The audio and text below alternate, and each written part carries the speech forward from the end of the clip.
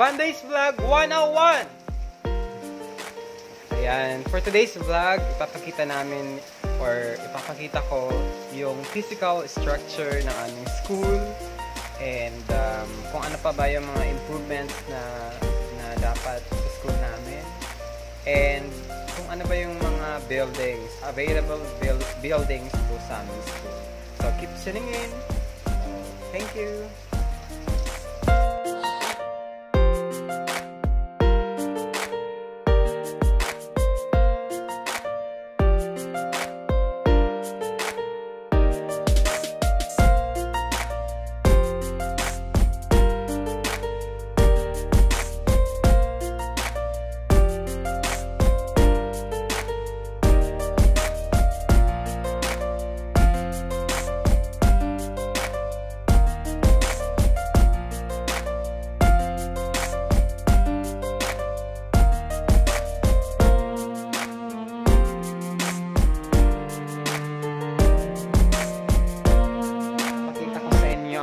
School, labas ng school namin na kung saan napakalawak ng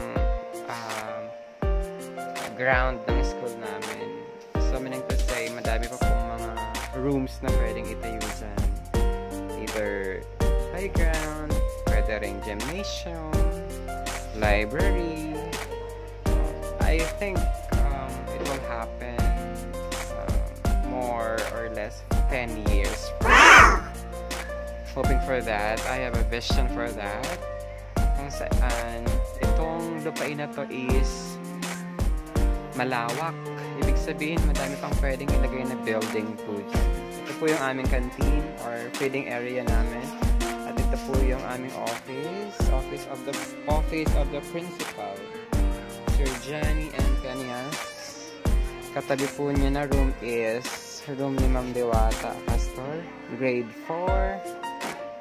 And then, katabi niyan is stage, and then grade 6 TLS, and grade 3, kung makikita nyo ito, grade 3 po yan, followed by kinder room, followed by grade 1, and then grade 2 and 5 po yung pinaka-last. So, yan po yung plug hole namin.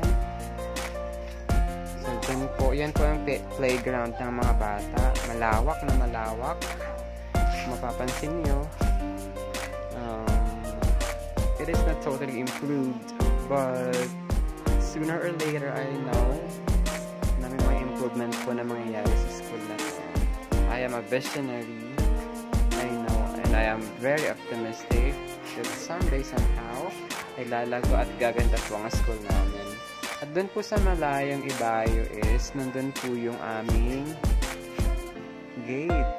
Ito po yung gate namin. Ayan, ito po yung gate. Okay. Yan. Katabi ng daycare. Ito. Ito po yung gate namin. Going. Or the entrance gate namin. And then sa kabilang ibayo is yung exit gate namin. Sa mabilisang pagpapakita ng aming school, yan po. Simula dyan sa may gate. Ayan po, sa kabilang iba, yun na room. And then, paikot lang po siya, pa-L. Ayan. Yung office namin, grade 4. And then, stage. And yung TLS building namin na temporarily ginagamit ng mga grade 6 pupils under the advisorship of Sir Jeho. Yan, kung makikita na ninyo, yung ground namin is talagang green na green. It looked like green pasture.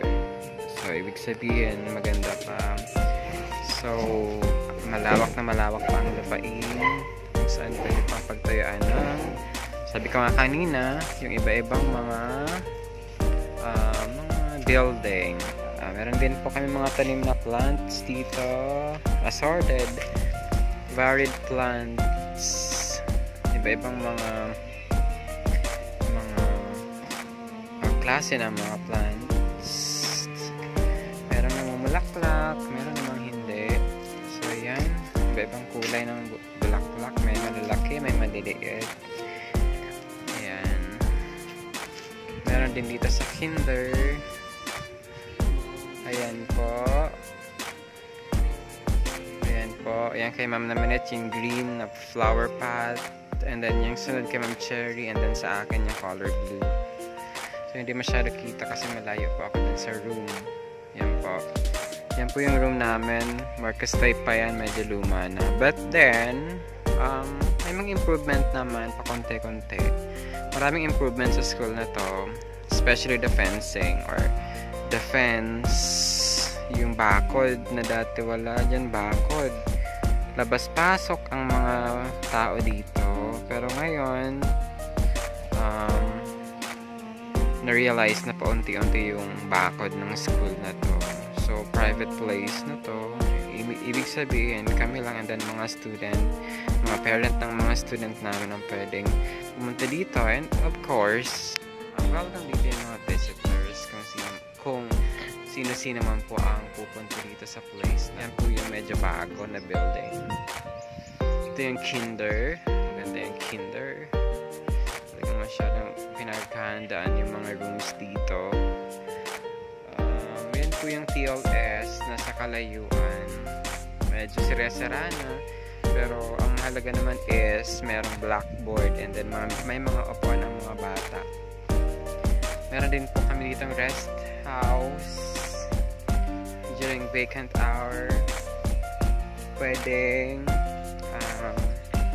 mamahinga. Ayan po. Nagawa ni Sir Johnny. Ayan. Yan sa gilid.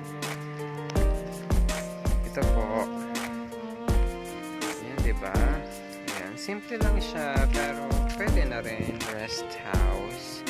Kung saan dyan kami umuupo kapag vacant namin, nag-uusap kami sa mga bagay-bagay na kung pwede, ano ba yung mga pwede pang improvement? Ano ba yung mga pwede pang gawing improvement sa school? Kasi ang pinaka-goal naman talaga namin is to improve the physical facilities of the schools and as well as, of course, to produce quality education in this place. Alam niya ng Diyos. He knows, He really knows the desire of our hearts. Alam niya yan. I am very much lucky to be there. Isa sa mga teacher dito sa San Isidro Elementary School kung saan matagal din po ako dito, almost 6 years na din. Thanks be to God for His intervention and guidance to me every time na umalis at bumalik po ako sa place na to. At yun po yung yellow na yan is our gate, the entrance gate. And the I Love SAES, yan po. And then, sa mga susunod kong vlogs, ipapakita ko po yan. And then, dito sa part na to is the exit. Dati, punong-puno yan ng mga kahoy dyan. But then, pinaalis ng aming bagong principal para mas malinis daw tignan. Talagang tama naman. Okay. So, thank you for tuning into my YouTube channel.